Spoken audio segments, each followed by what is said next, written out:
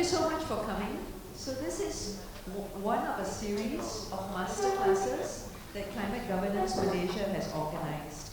And the reason for this is because we're getting so much interest from our webinars, and we realized that directors wanted something that was exclusive to directors, so that you're in a safe space and you can ask the questions that you really want to ask. We're seeing this very much so in our webinars already.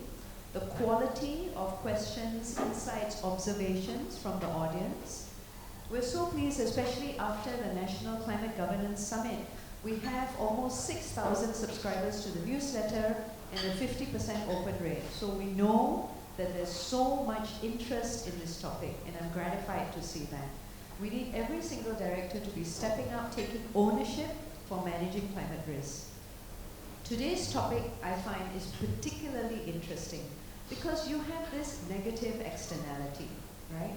It's a situation of a classic market failure where the polluter is profiteering and the rest of society has to bear the cost of not just pollution, the greenhouse gas emissions, but also the extraction from the environment, which is destroying our environment, we're losing biodiversity, and so on and so forth. And you would have also noticed that while we are talking about net zero 2050, but we know that we're going to hit 1.5 degrees of warming now, and we're just at the beginning of El Nino. We already had a regional heat wave in May this year. We've had floodings just over the last weekend. So the rate of the frequency and the extensiveness of extreme weather events is happening more and more frequently. I had an update from a reinsurance company last week, and they were saying that they are already starting to pull back from certain coverage, natural catastrophes, and from certain regions already. And so this is why the regulators view this as a systemic risk to the financial system. And for capital markets, because capital markets are forward-looking, they're pulling these risks forward. And at some stage, however good your net zero strategy, allocators of capital might say, we don't think they're going to be able to make the transition. They haven't adapted, they're not climate resilient enough, and we can't invest in the region, in this industry, or in this business any longer. So that's the conversation that's already taking place right now. So today, we're going to explore a really interesting topic about carbon pricing, specifically shadow pricing. Right? So shadow pricing is such an interesting tool, and of course Wendy is going to deep dive into this, because it's not actually going to hit your balance sheet or your P&L or your cash flow, is it? But it's such a useful tool to help you make informed decisions. So imagine your board or yourself on the front page of the Edge in 3 or 5 years' time. You won't be able to say, I didn't know, I didn't realize, I had no idea, because the massive wave of momentum, and the vanguard of this momentum is reporting and disclosure. Reporting and disclosure is a double-edged sword. It's not just how good you are at reporting and disclosure, but the reader of the accounts is making a decision as to whether they think you'll be able to make a smooth and just transition. Right? So this is a very quick overview of what we're going to discuss. Please ask Wendy any questions that you might have. Let's make this an interactive session. Thank you so much again for coming, and over to you, Wendy.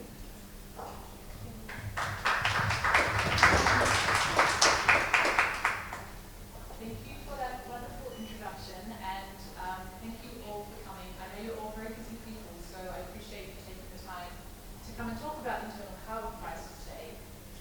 For those of you who I didn't explain where I'm from and what I do, I'm a managing director at a group called Pollination.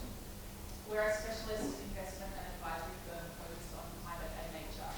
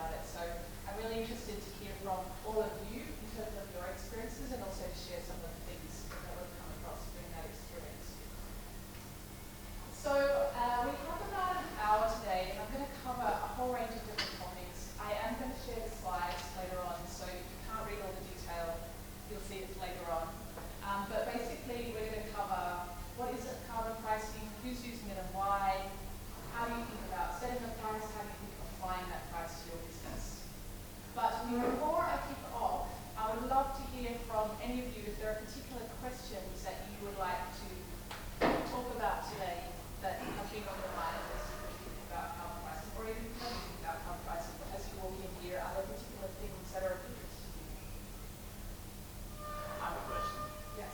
Who sets the price? We're going to come to that in a minute. Okay. Every company sets their own price. Yes. Anything else top of mind? Oh, sorry, you can't hear. Sorry. I'll hold it closer. Can you hear me now? Okay. Anything else? Okay, we'll ask questions as we go through. Please feel free to interrupt. I will also stop as we go. So, as Sunita was saying, greenhouse gas emissions are an externality. We haven't traditionally put a price on them. So carbon pricing is all about how do you put a monetary value on greenhouse gas emissions. And people do this firstly to raise awareness about what their exposure to climate risks and opportunities are. They do it to influence behaviour, and they also do it to help inform investment decisions. As Sunita was saying, this is really important for you as directors, because your job ultimately is to ensure that your companies are viable in the long term. Excuse me. And in a world where there is scientific consensus that we need to drastically reduce greenhouse gas emissions, actually understanding your exposure to to greenhouse gas emissions and the monetary value that that entails is really important. Also, an increasing number of countries are imposing regimes where they're actually going to impose a price on carbon. So your company should be ready for that to happen. I'll talk a little bit about the Malaysian context in a moment. So it's really important for you, carbon pricing can be a really useful tool to help you, as I said, understand your exposure and to help inform decisions. So there are two types, broad categories of carbon prices. So there are external prices that are set by a regulator or the market. There is a fantastic Climate Governance Malaysia webinar series on this. Hopefully all of you participated in that, but if you didn't, I would highly recommend that you watch those, because they provide a great overview of how these regulatory systems are evolving and what the implications are for countries and for companies. So I will touch a little bit on what's happening in that market in a moment, but that's not the focus of this presentation. External carbon prices are typically in the form of either a tax, where you have to pay a tax on your greenhouse gas emissions, or they can be a trading system, whereby you'll set a limit. If you're under the limit, you can sell the difference between the limit and your emissions. If you're over your limit, you have to buy. So those are the two broad forms of external carbon prices. There are also internal carbon prices, to your question, which is where companies or organisations set a price themselves. And the reason they do that, as I was saying, is to help inform themselves and to ensure that the decisions that they're making today ensure that they're setting themselves up for success in a carbon-constrained world, which is what we are living in and will increasingly live in. Does that make sense to everyone? I will also say there are carbon exchanges. Carbon exchanges facilitate the purchase and sale of carbon credits, both either under a voluntary regime where companies say, I have a target, I need to offset my emissions, so they buy voluntarily, or under compliance regimes that can facilitate that too. Are any of these carbon exchanges regulated by, say, a securities commission in that particular country? Or are they still Yes, so in Malaysia, for example, Bursa, are they regulated? They are typically regulated, well, it varies by country. Sometimes yes, sometimes no. Yes. There's a lot of complexity, maybe that can be a topic for next year, carbon markets. There's a lot of complexity in carbon markets, but usually they're focused on voluntary trades. So where I'm coming from a board governance and supervision perspective, Yes. might help if there is a regulated exchange instead of a sort of a freelance exchange. Yeah, they're all regulated. I don't know if they're all by securities exchanges. So, yeah. But definitely, for example, in Australia, we have a government agency called the Clean Energy Regulator that regulates the market, and so they are responsible for overseeing the buying and selling of carbon credits. But they are actually going out to tender for that to be expanded to include both compliance and voluntary. And the ASX, so the Securities Exchange in Australia, is one of the parties that will be responsible for executing that. So that's just one example of how it works. But they're generally regulated, but not necessarily by the Securities Commission. Other questions? Before I go on, while there's external and internal carbon pricing, they are linked. So the more that you have external carbon pricing regimes, the more companies are saying, I need to be prepared before someone imposes a price on me. So they are linked in terms of when we see trends in the external carbon pricing market and what we see in the internal market.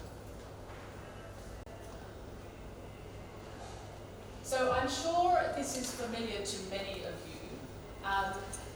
One of the reasons that this topic is particularly important in Malaysia right now is that there are expected to be quite significant changes in your operating environment in terms of carbon pricing over the next few years. The EU Carbon Border Adjustment Mechanism, otherwise known as CBAM, came into effect for a transitionary period last month. That transitionary period will run until 2026.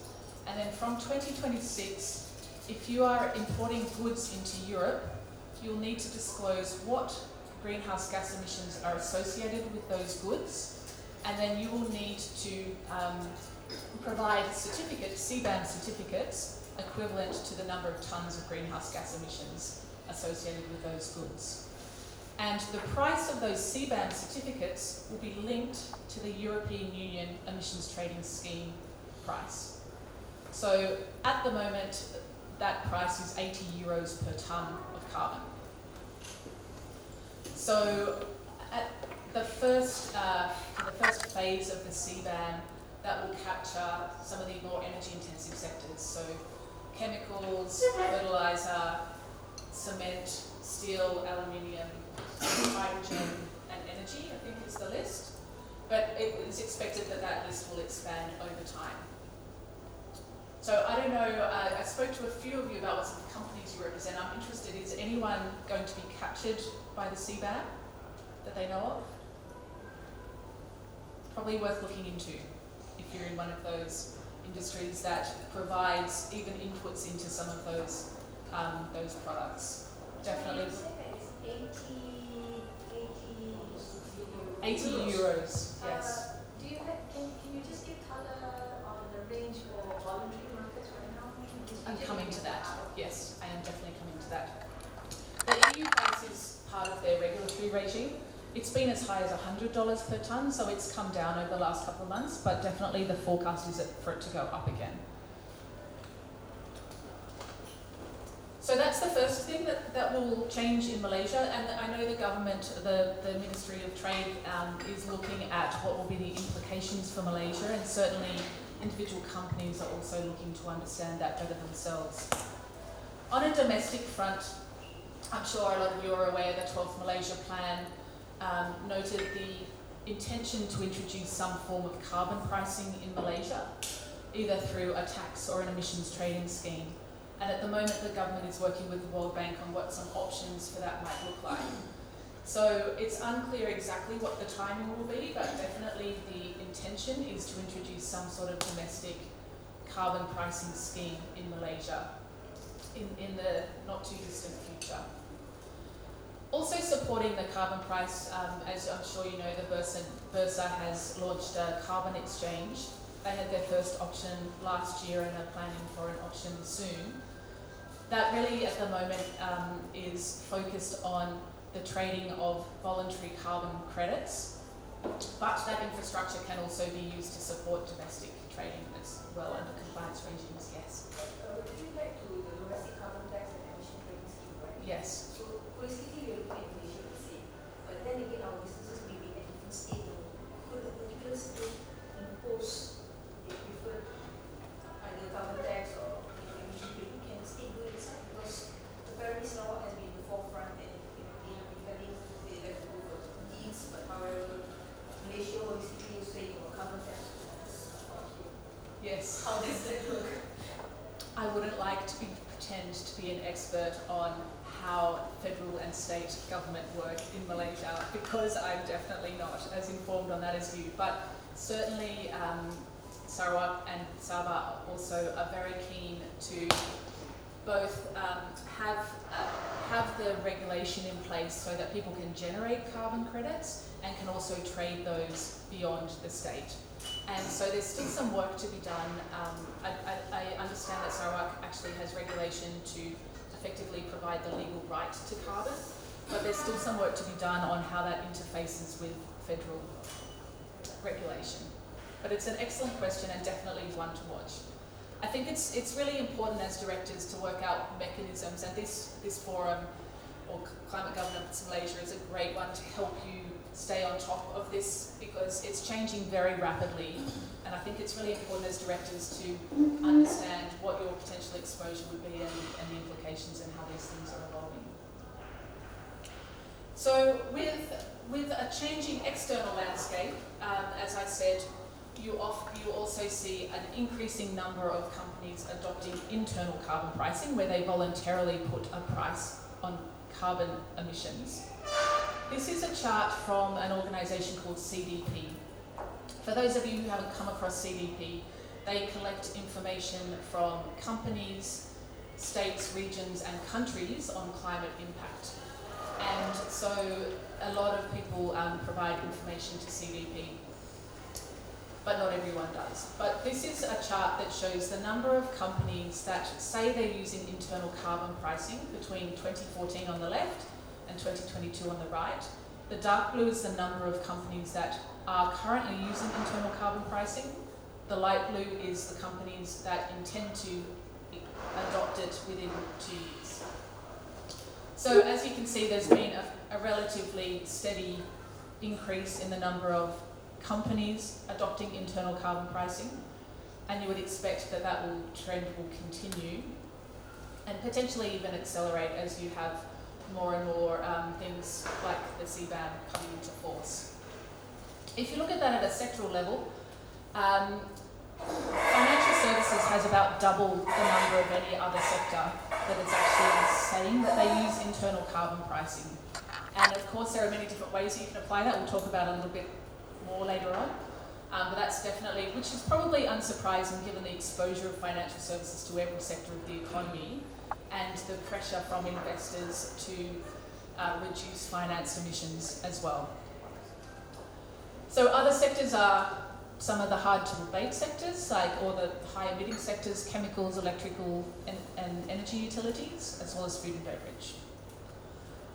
If you look at that in terms of regions, Europe has the highest number of companies that are using internal carbon pricing, followed, interestingly, I think, by Asia.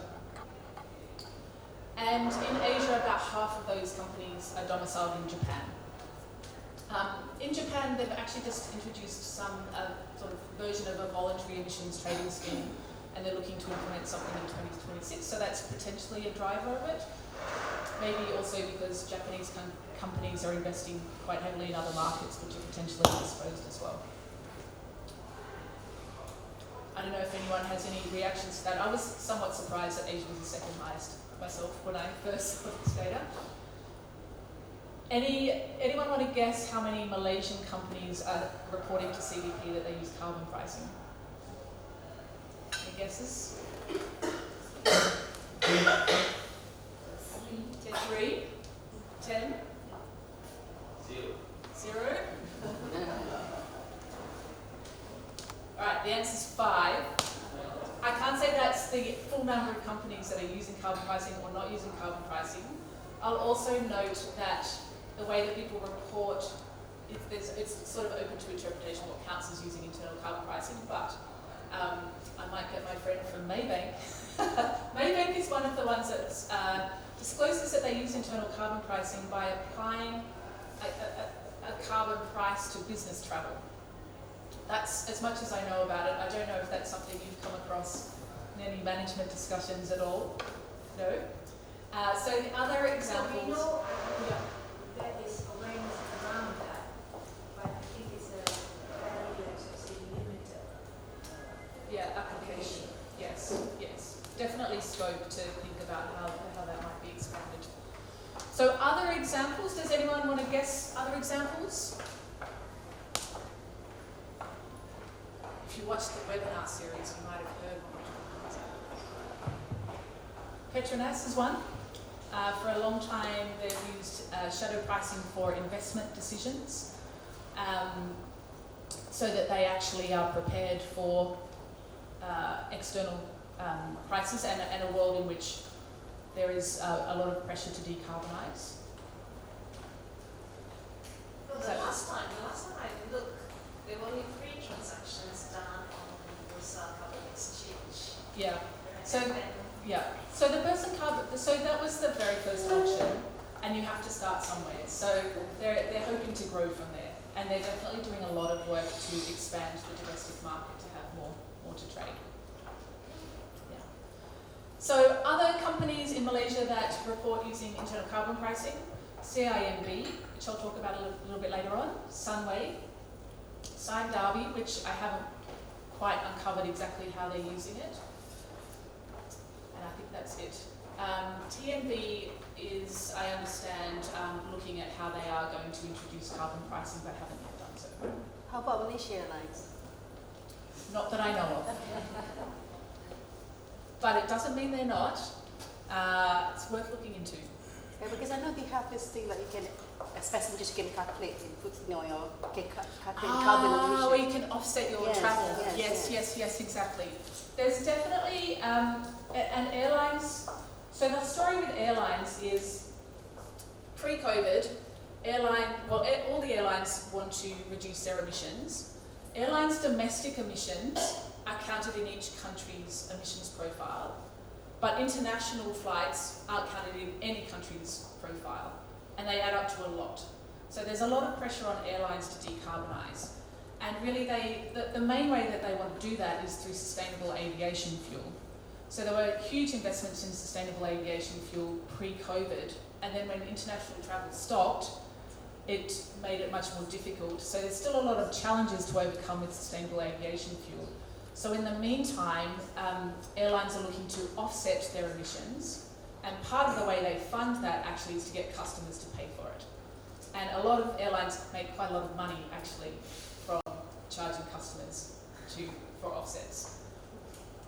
But it should be encouraged because we can't just rely on decarbonisation, right? We actually have to sequester carbon at the same time.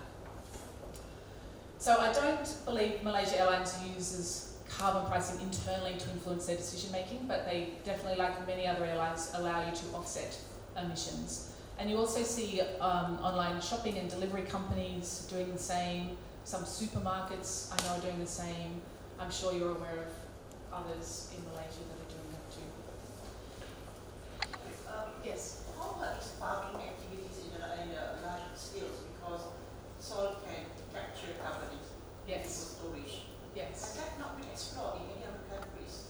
Yes. There's a lot of work globally to understand carbon sequestration in soils and how can you measure that and how can you ensure that the carbon remains in the soil so that it's not just a short-term sequestration.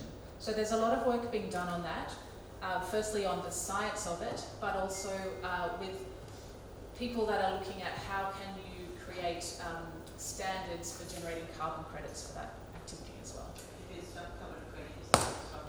Yes, because then you can officially say, well, I've reduced my emissions by that much, and if you would like to, you can sell that carbon credit to someone else who's looking to offset their emissions.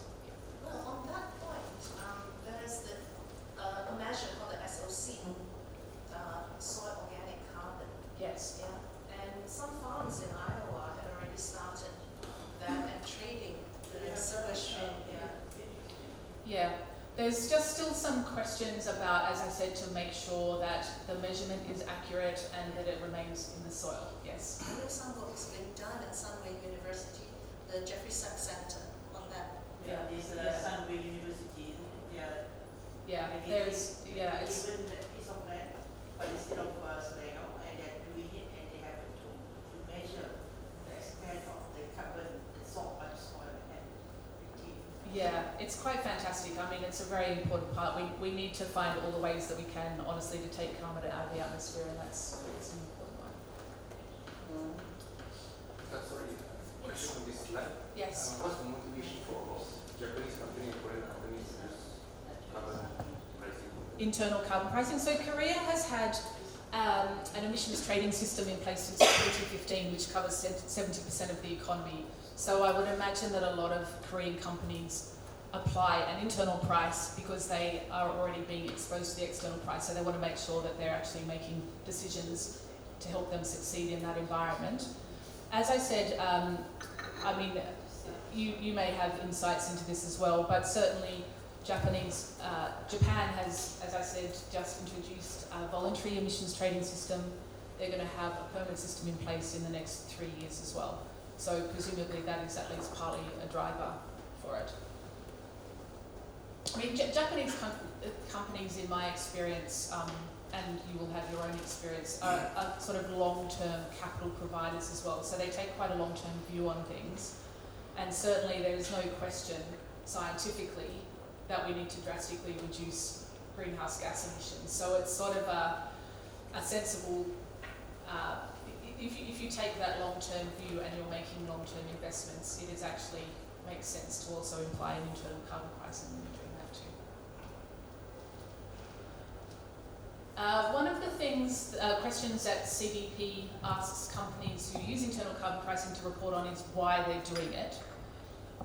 This will be articulated differently, I suspect, internally within companies. So these are sort of the standard answers that people can choose from and can choose more than one answer. You may not be able to read the answers, but basically of the top 4 answers, 3 are really related to helping to drive investment into energy efficiency and low carbon solutions. So that's really the main driver of companies using internal carbon pricing. And then the third most popular reason is to change internal behaviour. Because if you start pricing an externality, it brings awareness to people, and we live in systems where we're optimising for financial outcomes, so it helps to actually change that behaviour.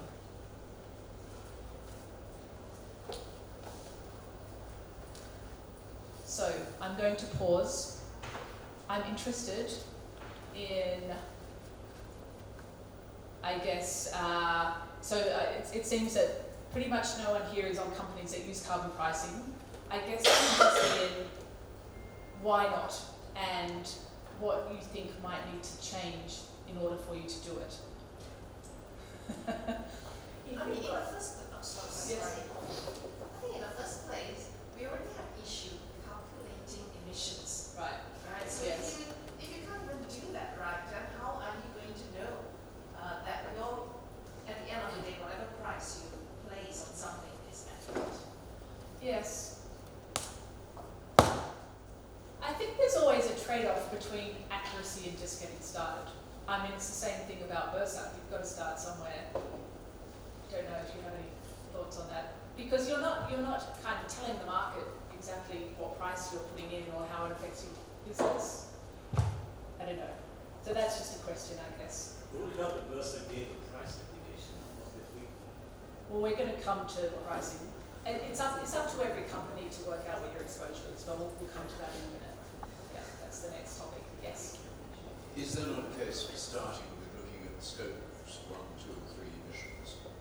That will give you an indication of the amount of carbon. Yes. Yes. Yes. Only if you start at that end can you move on to the trading issues. Yes, but for an internal carbon price doesn't mean you're trading anything. It just means that once you've measured your whatever scope you're up to, 1 and 2 is usually where people start, and then they move on to 3. But then it's just about applying an internal price. So when you're making a decision as a company or at a business unit, I'll come to some examples to bring it to life a little bit. You're not trading anything.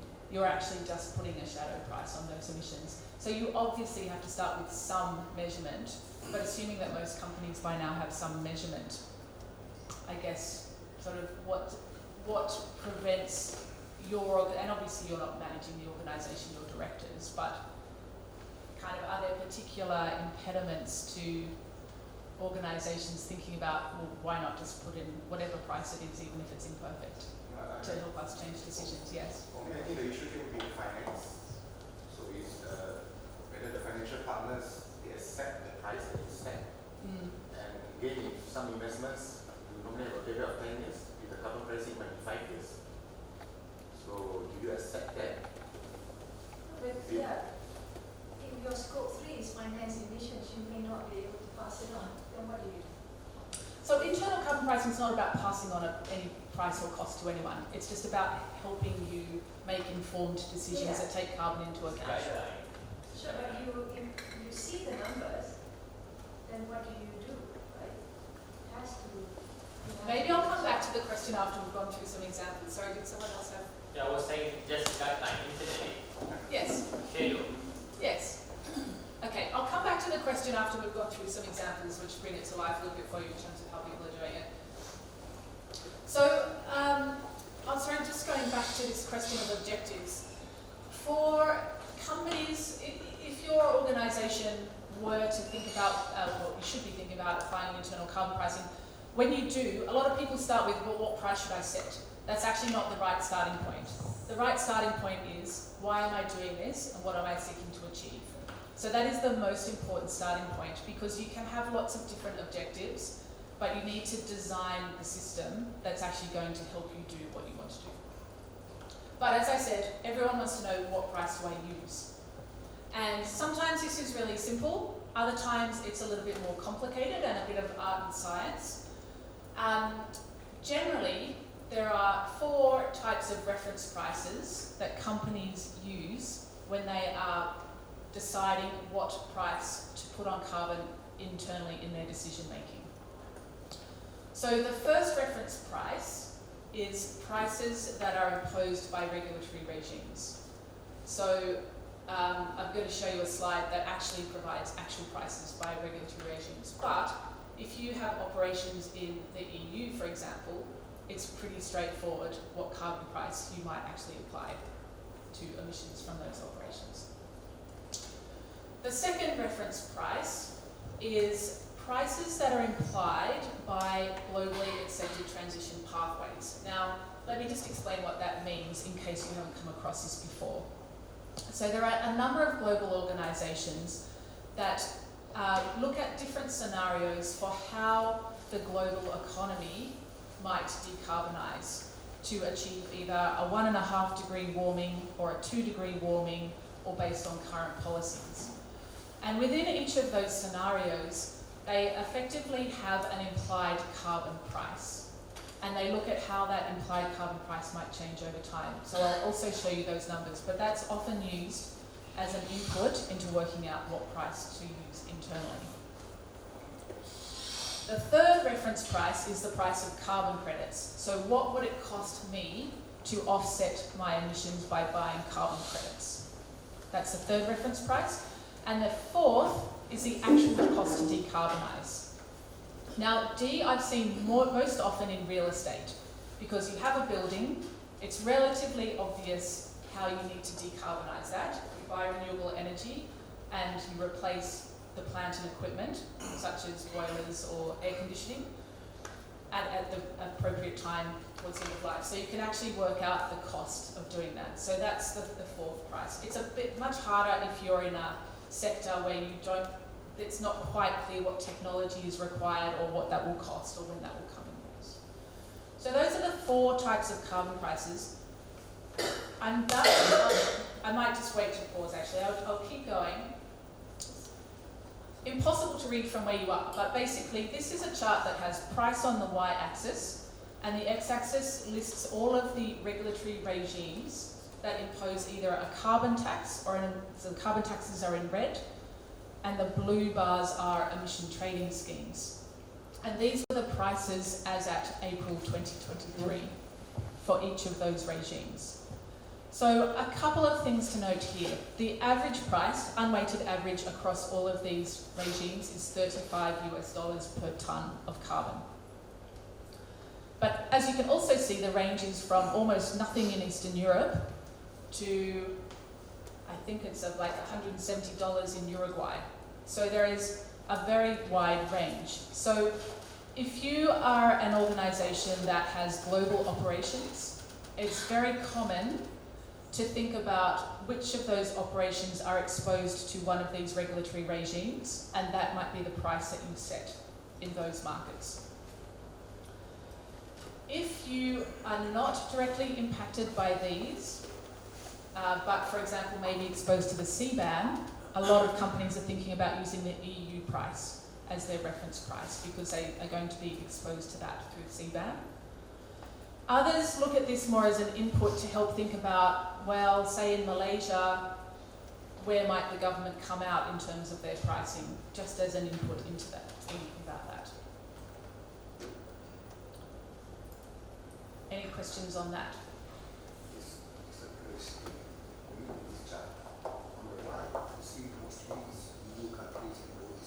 Yes. I have no idea, honestly. I mean, it's very interesting because you have Uruguay there, and then Colombia introduced a $5 price on coal, but the purpose of that was actually to develop their nature-based solutions credit market. So there's lots of different incentives. I couldn't tell you why Uruguay is that high. It is a curiosity though. Yeah. Sorry, Wendy, can't see. So which country has the highest carbon trading market? So the price of carbon is highest in Uruguay. But in terms of intensity and activity, who has the Who highest? has the most activity? Do you know what? I don't have stats, but my guess would be the EU.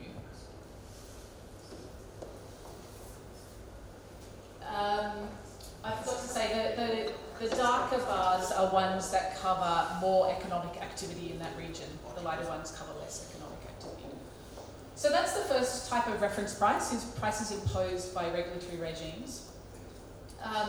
The second reference price, as I mentioned, is the prices implied by globally accepted transition scenarios. I don't want to go through this in detail other than to say, well actually I'll just quickly tell you what they are. So the top three charts are produced by the International Energy Agency, which frequently updates its scenarios to look at different decarbonisation pathways based on existing policies and different temperature outcomes.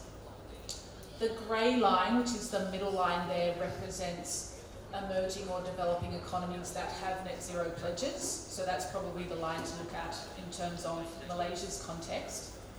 And the implied price by 2050 ranges from about $50 per tonne to $200 per tonne. So that's just to kind of give you a sense that there is, you kind of have to make a call on which outcome you're expecting and so on. The bottom two left charts are from the Network for Greening the Financial System, NGFS. That is a group of central banks that also run scenarios themselves, and they look at different countries and different temperature outcomes. So they actually have much wider variation in outcomes in terms of carbon price, depending on what temperature you're looking at, up to $700 per tonne for a tonne of carbon. And the chart bottom right is based on, so that's a UN-produced chart which is based on expected policy outcomes based on the current policy environment, which has Asia, with the category that Malaysia would fit into, at about 50, I think it's maybe $80 per tonne by 2050. So I wanted to tell you, so in my experience, companies that are applying an internal carbon price use this not to set the price, but they use this to cross-check the price that they're using, and also to think about, for example, if you're making an investment decision for something that will last for 30 years, they often have a projection of how the price will change over that time period, and so they use these kinds of scenarios to actually put in growth rates for the carbon price over time.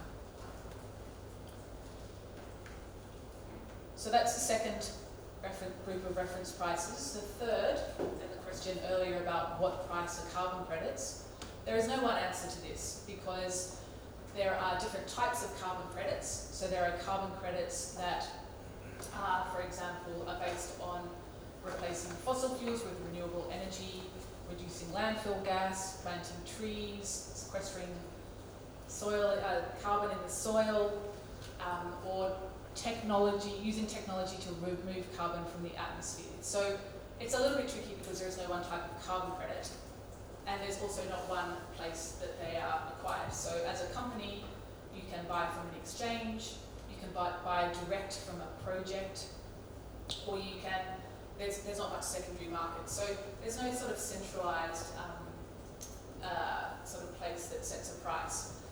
This chart is from S&P, which is, I put in just to give you a sense of roughly kind of the pricing at the moment. There is a line that's not on here, which is technological removal of carbon from the atmosphere, which is currently at about $135 per tonne. Nature-based removals are about $15 per tonne. And then some of the more renewable energy, landfill, methane gas reductions and so on are more like $2 to $3 per tonne. So there are definitely companies I've spoken to that use the cost of carbon credits as their internal carbon price. They do that by looking, there are often companies that have been buying offsets for some time, and so they have a sense of roughly what their cost is and how they expect that to change over time. Pause there. Yes. Why is it that for nature-based avoidance, why that big dip?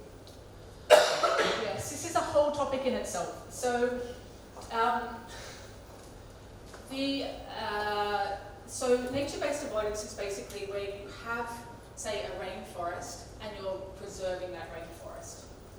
And the way that you generate a carbon credit is you say, well, if I hadn't preserved the rainforest, it would have been logged, and we would have emitted this much carbon into the atmosphere.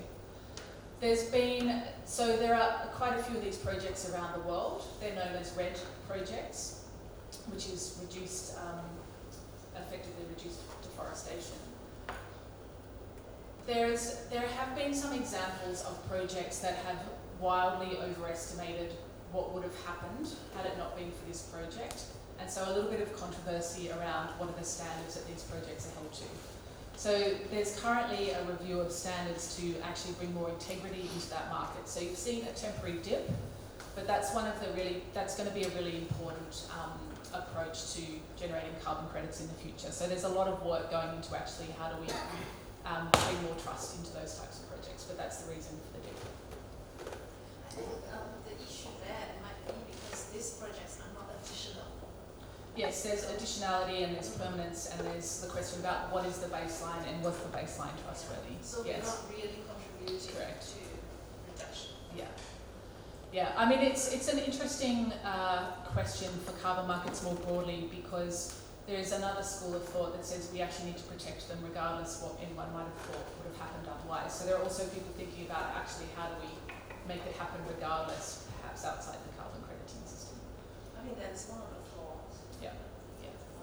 And also the other thing is in pricing, we do not put into aspects of tipping points, the precaution, right? So there should be different pricing there. We just like keeping a uniform price, right? So that's one of the flaws. Would you agree? I don't. You mean on a ton of carbon? Yes. 1 ton of carbon is 1 ton of carbon. Yes. Well, yeah. I mean, I'm not sure I have a strong view on that, other than it's an incredibly complex system as it is, and I'm not sure if people could cope with the additional complexity of tipping points. But I mean, I don't know if you were here with Helen, but certainly people are looking at biodiversity markets and how that can also be used to kind of get away from 1 ton of carbon is 1 ton of carbon, right? Actually, how do you value other aspects of nature? Do you have an indicative price for huge projects like carbon storage, carbon capture and storage?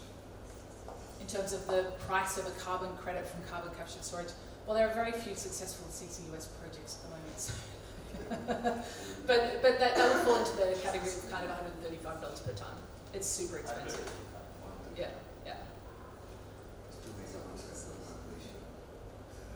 Well, you know, of course, there's huge investments in Malaysian carbon capture and storage, partly because of your geology and also partly because of your oil and gas industry.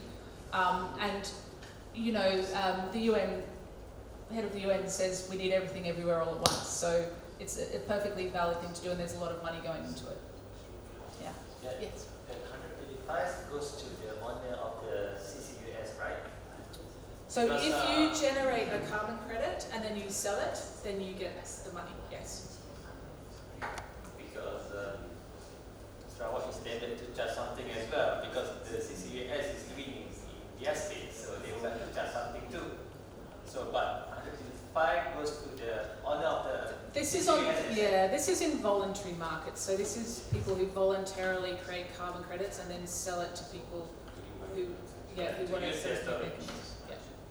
Yeah. But you don't have to generate carbon credits from CCUS. You can do CCUS just to reduce your own emissions as well. My question is, what is the example of avoidance? Nature-based avoidance. No, avoidance. That's another one. Yeah. Nature-based avoidance And then another type of avoidance. What would be the example? I'll get back to you on that one. Yeah. Oh, all right. So, having seen some of those reference prices and the different ranges of prices on carbon, I'm interested in people's guesses as to what companies are using as their internal carbon price on average. Malaysia. No, around the world. The average is 35. Good guess. Anyone else? 25. 50. 50. All pretty good guesses. So this is a chart that shows the average. The average across all industries is US $40 per tonne. That was a year ago. It'll be interesting to see what it is next year. That's doubled in the last 4 years. So it used to be $20 a tonne 4 years ago. This chart shows by region. The number in the square is the median for that region, and then the bars are the first to the third quartile in terms of the prices that different countries in different regions are applying. And probably unsurprisingly, Europe is the highest. That number, I think, is actually marginally lower than the price of the ETS, which is interesting. But and then Japan and China also relatively high. This doubling from 20 to 40 is more to do with increasing knowledge and awareness about this. Yeah, I think it's twofold. It's one, increasing knowledge and awareness, and also increases in the mandatory prices, the prices of carbon taxes and ETS. So this is the same chart, but by industry. So there are quite a lot of industries that are kind of in the $40 to $50 range. Interestingly, coal is the lowest. I don't know how you explain that. But real estate is the highest.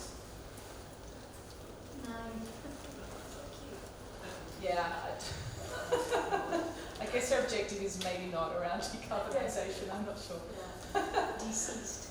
I suspect real estate might be slightly higher because a lot of the real estate companies I've spoken to actually use the expected cost of decarbonisation as their carbon price, which I suspect has pushed that up a bit. And a lot of European and UK-based real estate companies use this, and they are also exposed to potentially to ETS. So, just before I move off pricing, there are two things to consider if your company is using an internal carbon price. One is whether you have the same price for the company as a whole, or whether you apply different prices to parts of the organisation in different countries or different types of business. So it's more common to use uniform pricing, but there are definitely some great examples, and I'll talk through a few in a minute, of differential pricing. And then the second thing to consider is, are you going to keep the same price? Are you going to keep the price static? Or are you going to change the price over time? And some companies do apply a static price, but more companies actually have a dynamic price where they have expected price increases built into their models or to their approach. So, thoughts, reflections. It's not easy setting a price. People get very excited about it. You need to be able to explain to people why you have set a price at a certain place. There is no right answer.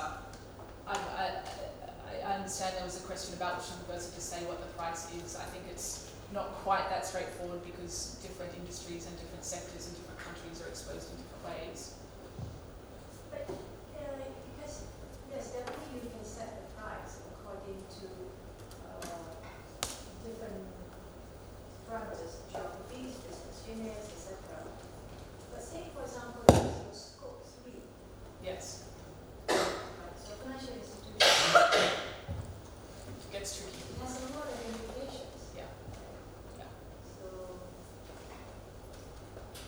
I think we'll come to a couple of examples. I'll talk about scopes in a minute too, but yes.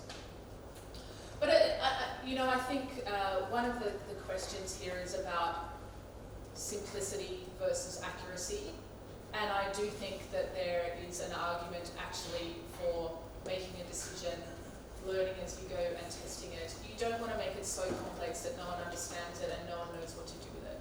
So I do think that's one of the trade-offs that you need to consider. Other thoughts? I think the challenge is finding out a baseline.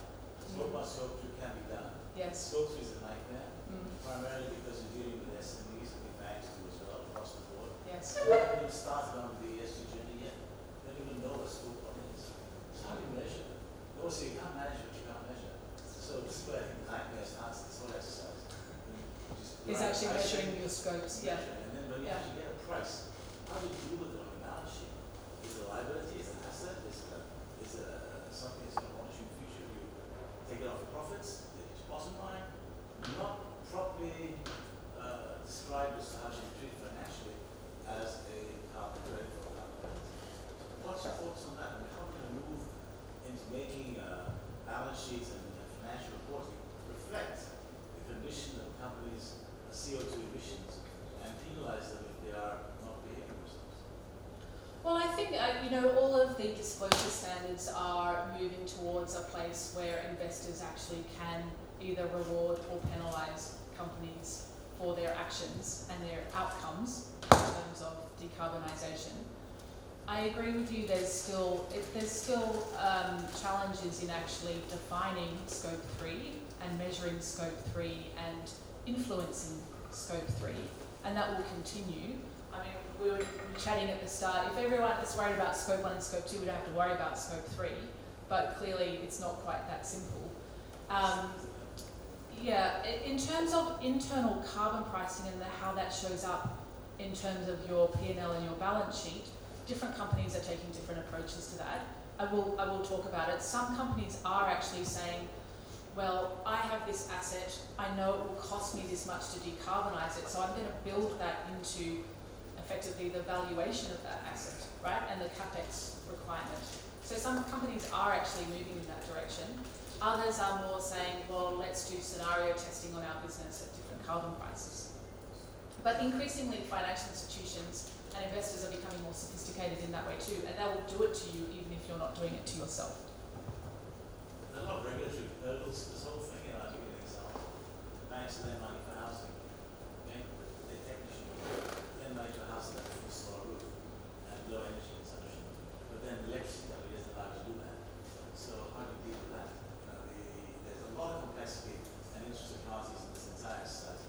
It can be done easily, but people make it difficult. I think trying to invest refinancing to a house, make it a greenhouse. Greenhouse per se, but make it a house that's energy compliant. And measuring the new standards of building. Yes. But this is not in the system. So people build rubbish and then they have to try and upgrade them later on, trying to get back to the starting point. Yeah. So a lot of regulatory has got to come and play a role in this entire exercise to make it mean something. It does. It definitely helps to have regulation, and you're seeing that. So New York has brought in minimum standards. In many European countries, they now have minimum standards, and you've seen a huge uplift actually. Yeah, There is a lot to happen, but we have to make it happen, right? It's up to all of us to make this happen so that we can continue to inhabit the world. So I know it's hard, but we've got to find a way to do it. On to the question of scope 1, 2 and 3. So, sorry, yes?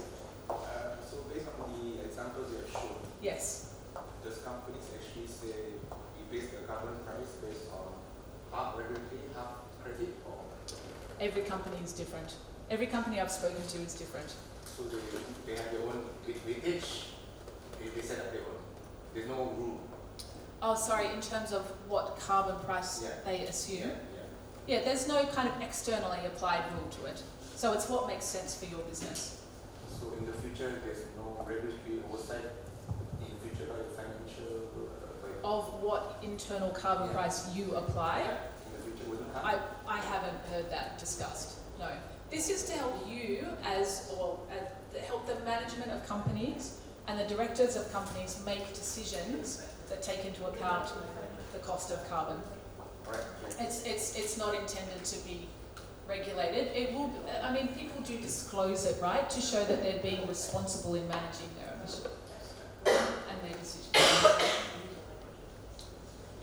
So, of the companies that actually use carbon pricing internally, half of them use it just for scope 1 and scope 2. So this kind of goes to some of the discussion around the challenges of scope 3. So half the companies look at scope 1 and scope 2. A quarter of companies are looking at all 3 scopes. And I'll tell you a couple of examples of that in a minute. And others do various combinations of either one single scope or different combinations of scopes. So again, there's no right answer here. It's a question about what is going to help your company understand how to succeed in a decarbonised world. So it's going to vary by industry, it's going to vary by country, it's going to vary depending on your organisation's size and scale. But most common is 1 and 2, and then second most common is all scopes. And obviously you have to be estimating these scopes before you can apply a carbon price, of course. So then there's a question of, well, you've set your objectives, you've set your price, now actually how do you put it into practice? And there are different ways that you can do this. So the first one, which is most common, 70% of companies use this, is a shadow price. So this is where you are explicitly pricing carbon, but there's actually no transfer of money.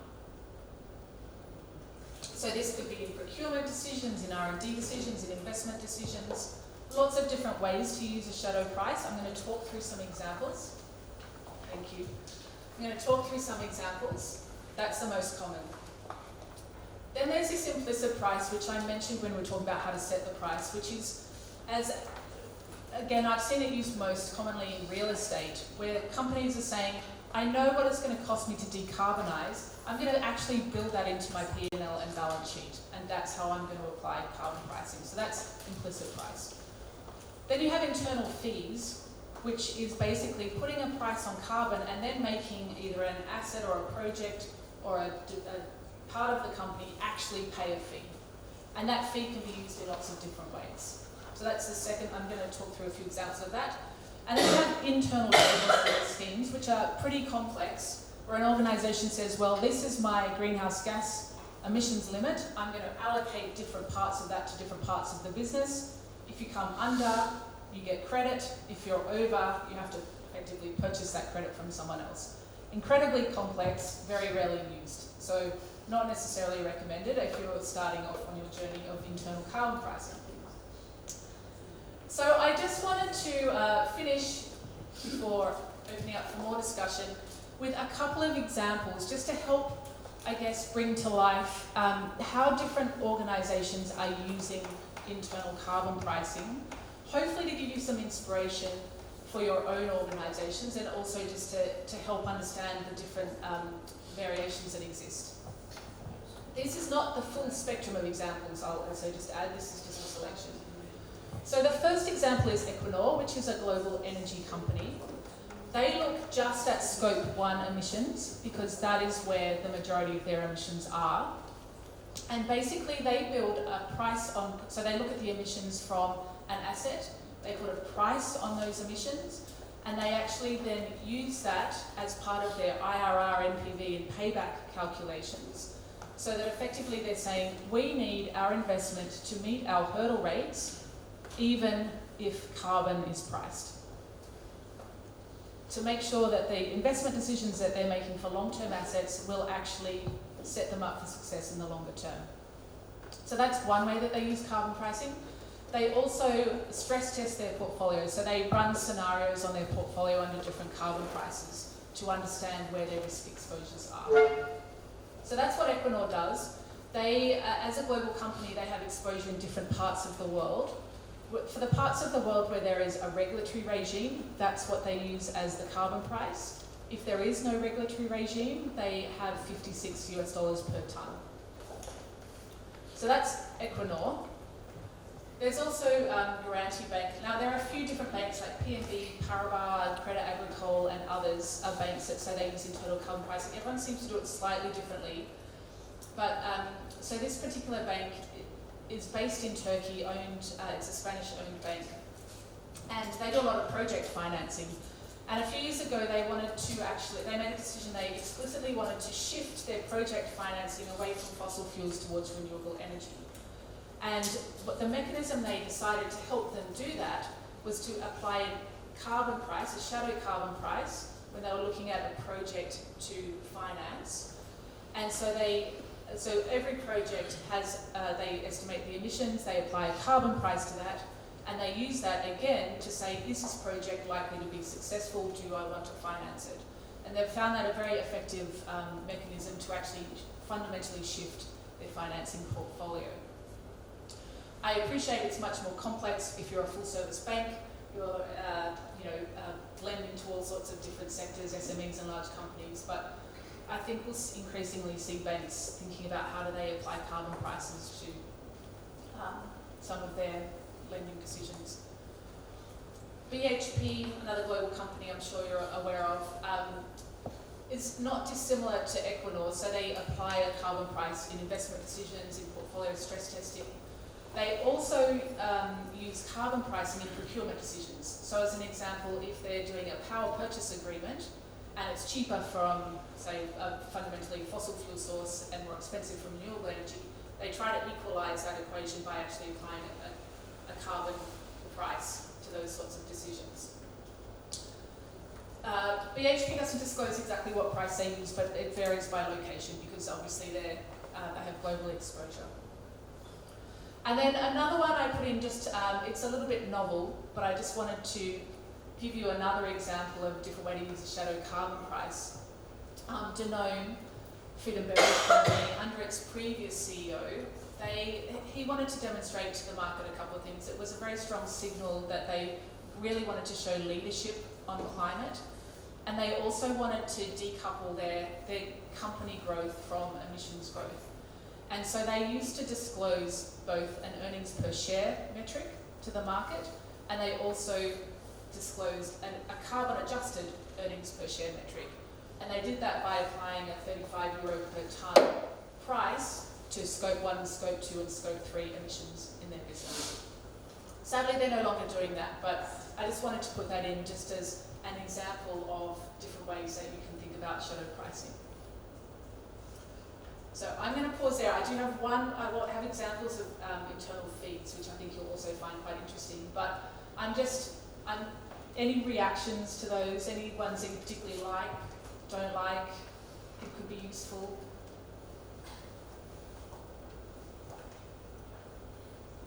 Need to think about it more. So the question, for example, is specifying for credit financing, carbon price is included in the project cash flow. Those are assumptions, not real ones. Correct. Yes. I mean, this is, the world is not perfect and not everyone has data for everything, and you also have projections. So yes, these are estimated forecasts. Yes. The cost might be affected by that. The cost of financing might be affected by that. Yeah. By the assumptions that you use. Yeah. And it's also about how you choose to implement this, right? Yeah. But basically, the better the data that you have, if you want money, the better off you'll be in getting good terms. So there is an incentive for people to try and get better data in terms of their emissions. The CEO of the non-Victor, is he the guy who lost his job? Yes. And is there a lesson in that for us? Maybe. Serious, isn't there a lesson in I mean, that for us? He lost his job. He's now with Somebody else, but ISSB.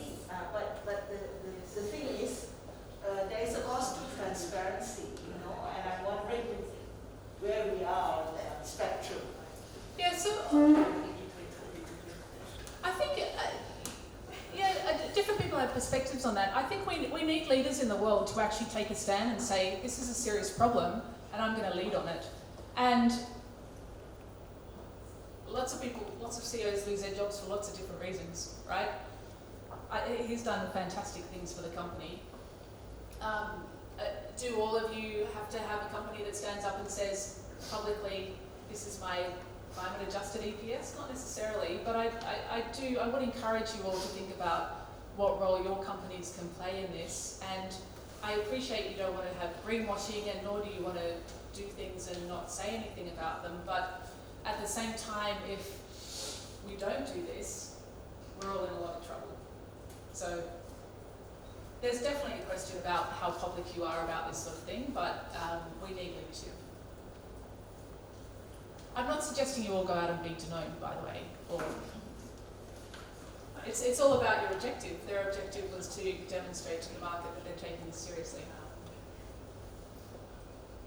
And interestingly, because if you look at these BNM's guidelines on ESG taxonomy, they already have these three categories, four categories: green, round, amber, yellow. Green meaning that good to go.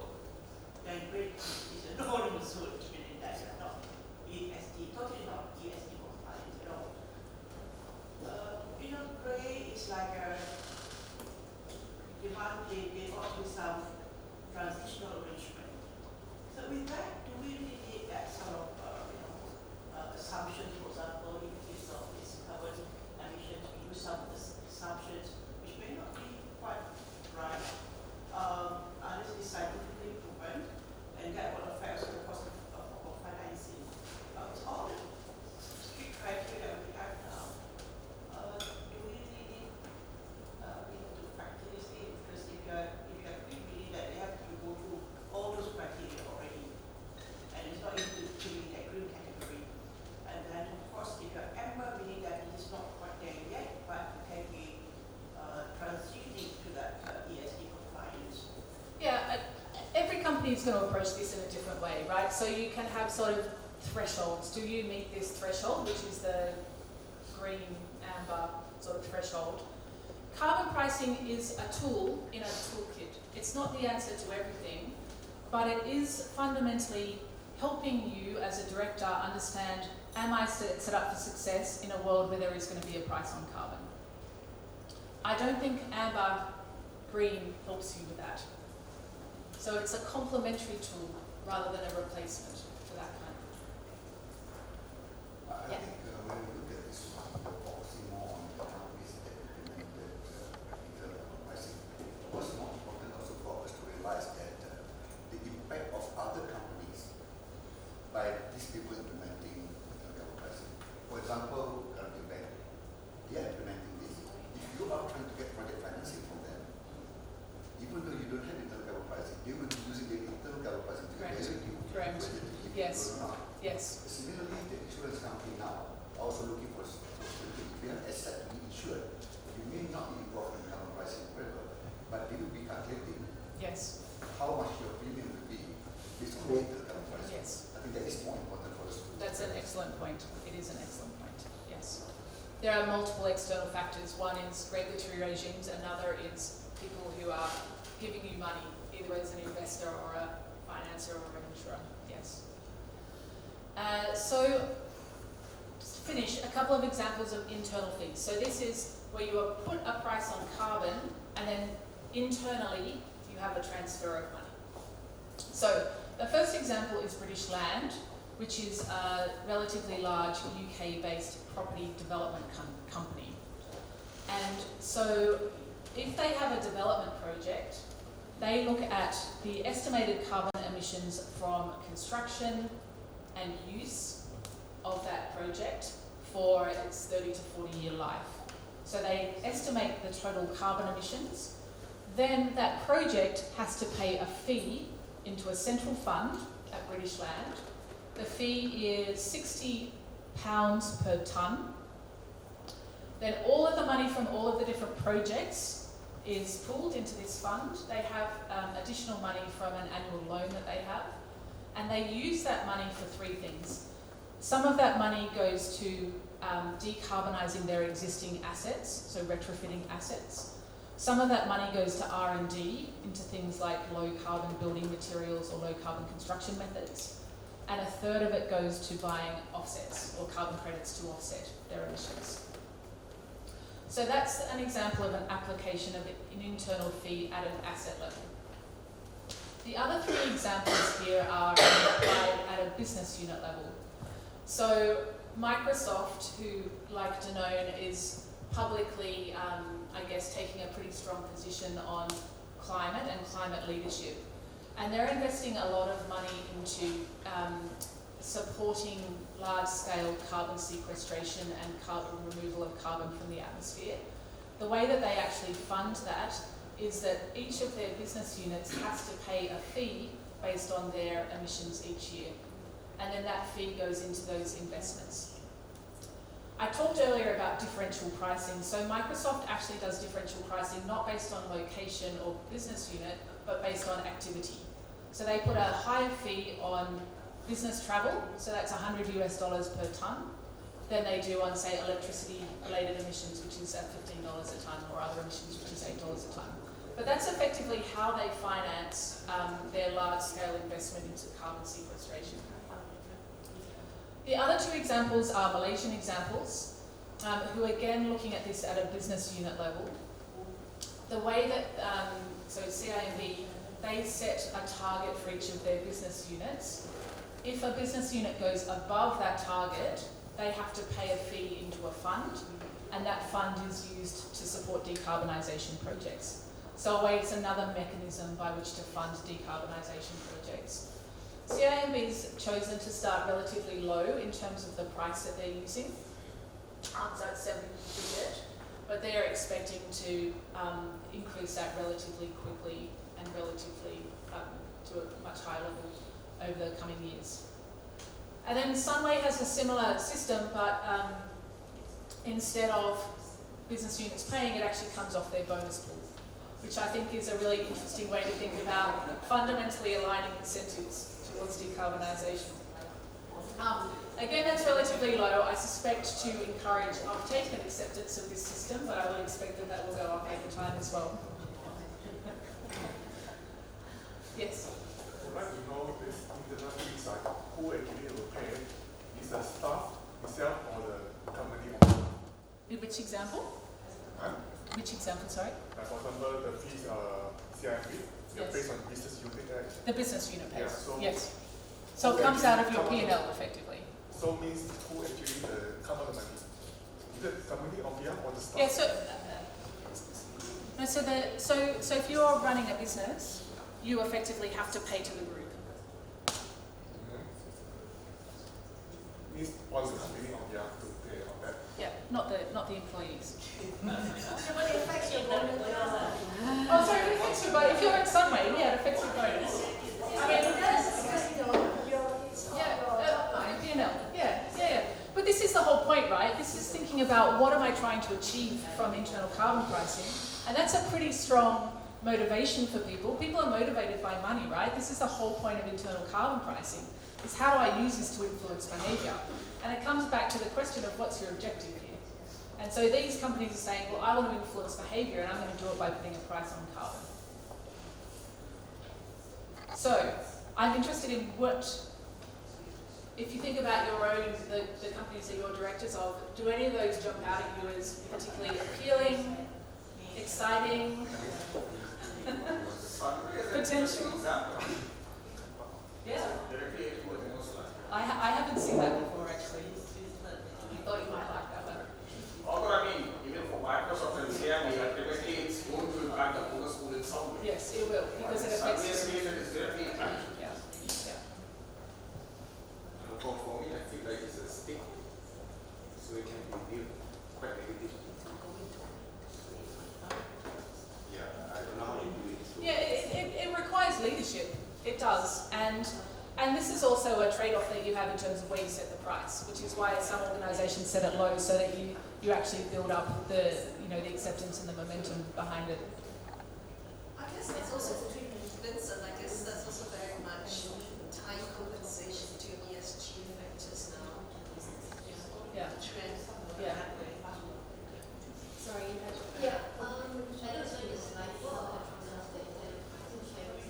Yes.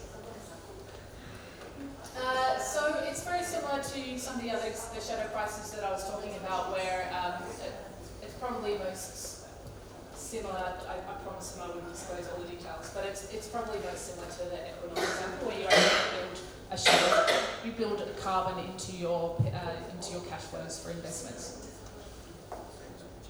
but they still have to meet a hurdle rate, even with the carbon. That makes sense because they have big capex. Yeah, exactly. Big and long-term capex. How does somebody set that threshold? Honestly, is associated with baseline growth. I couldn't tell you. And who grows with baseline? Yeah, they do. I mean, this is an internal management mechanism. I imagine there's an internal KPI. You're going to reach submission by how much this year up until net zero 2050 or something like that. Yeah, that's right. And then how do we actually encourage people to I mean, I see bring that's that a lot about? of companies now. So because they're all internal growth. Yeah. Yeah. What do you think the net zero will take like in 2050? Well, I hope that we get there because, as the introduction said, we're getting very close to 1.5 degrees already. And it's only 2023. They say 3 degrees and that. It's not going to be pretty. Extinction event. Yeah, it's not good. On that very happy note, I think this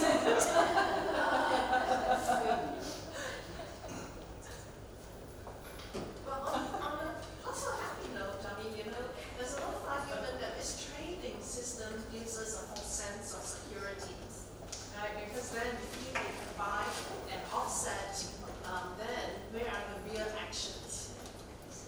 Well, I think in all of those examples, very few of them are purely to buy offsets. They're actually about how do we mobilise the funds to help support our decarbonisation. A lot of them, that's what it's about.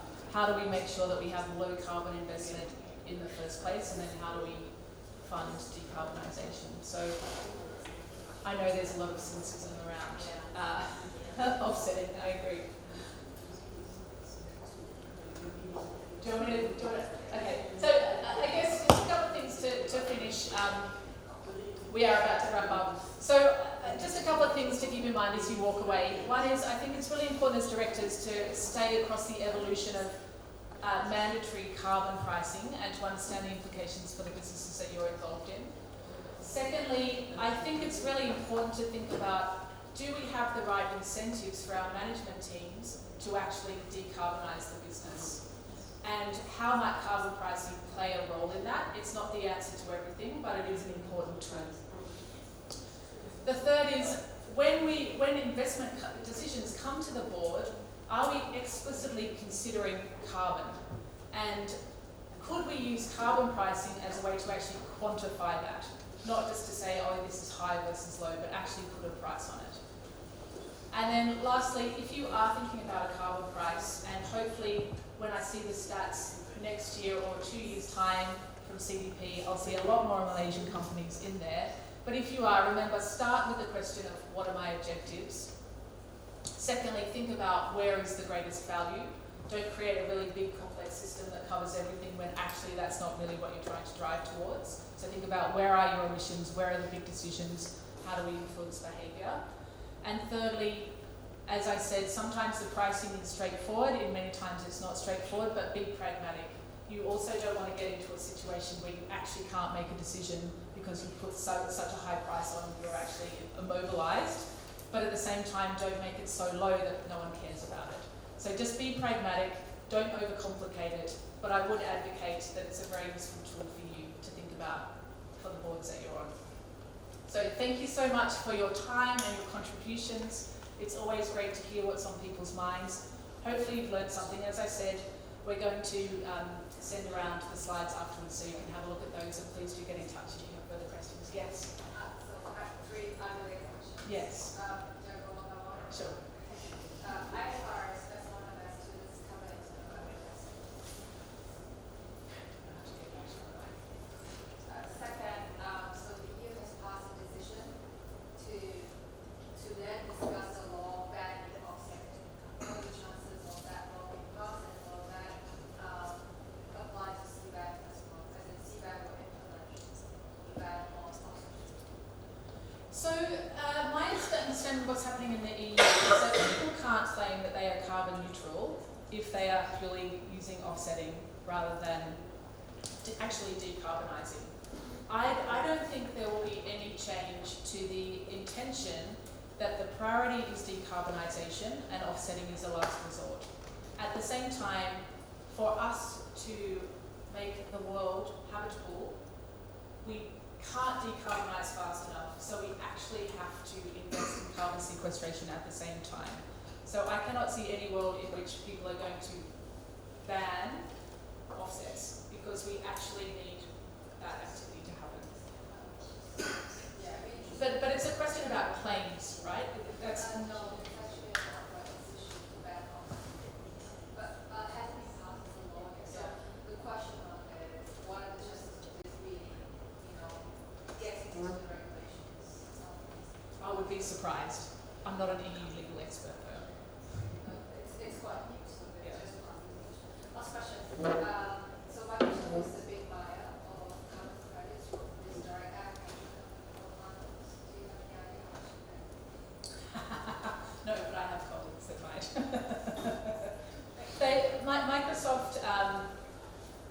Microsoft definitely does a lot of due diligence, but they also are putting a lot of capital into sort of emerging and evolving technologies. So, thank you.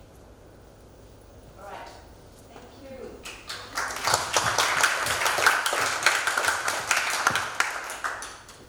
Alright, thanks Wendy. So if you enjoyed the session today, we also have 3 more sessions for the year. So do scan the QR code to find out more information and register for a seat.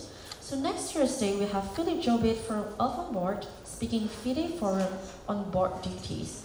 And on the following week, we also have Ben McCarran who will be speaking on Scope 3 emissions in Bursa. And Arina Koch from EY speaking on TCFD reporting on 4th of December. So you can feel free to just scan the QR code here to register per seat.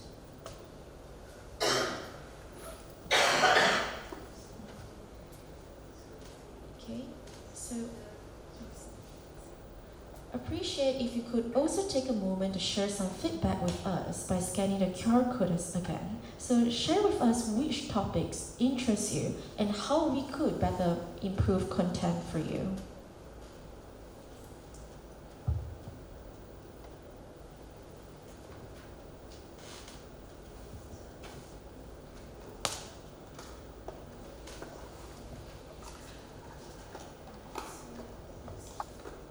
So if you have enjoyed the National Climate Governance Summit or any of these sessions with us, we welcome you to join us as corporate friends, to drop us an email or reach out for more information.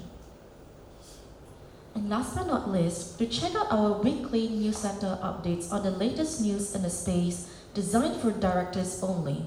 It's our main channel of communication where we'll also share resources such as slides and recordings for the session today.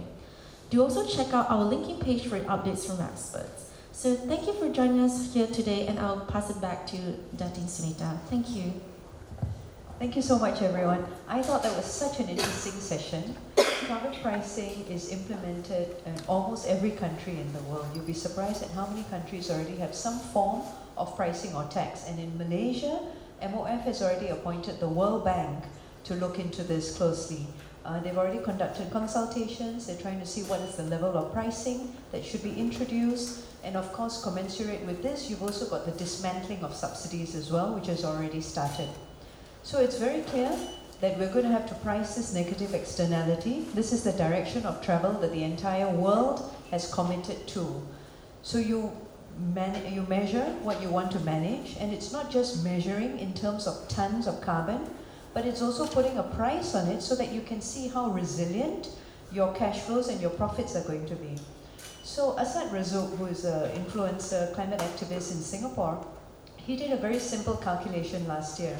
With high oil prices, oil companies were making blockbuster profits, including Aramco, $160 billion. And he demonstrated that $100 carbon price, all of them would be at break-even or loss-making.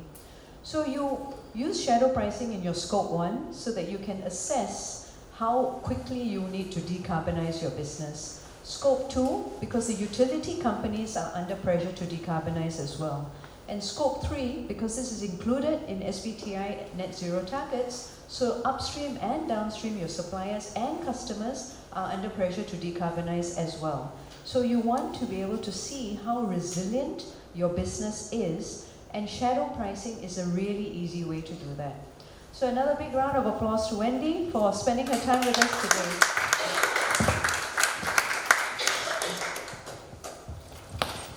So let us now gather for a quick photo session, and please also help yourself to some refreshments right at the back as we set up the chairs. Thank you.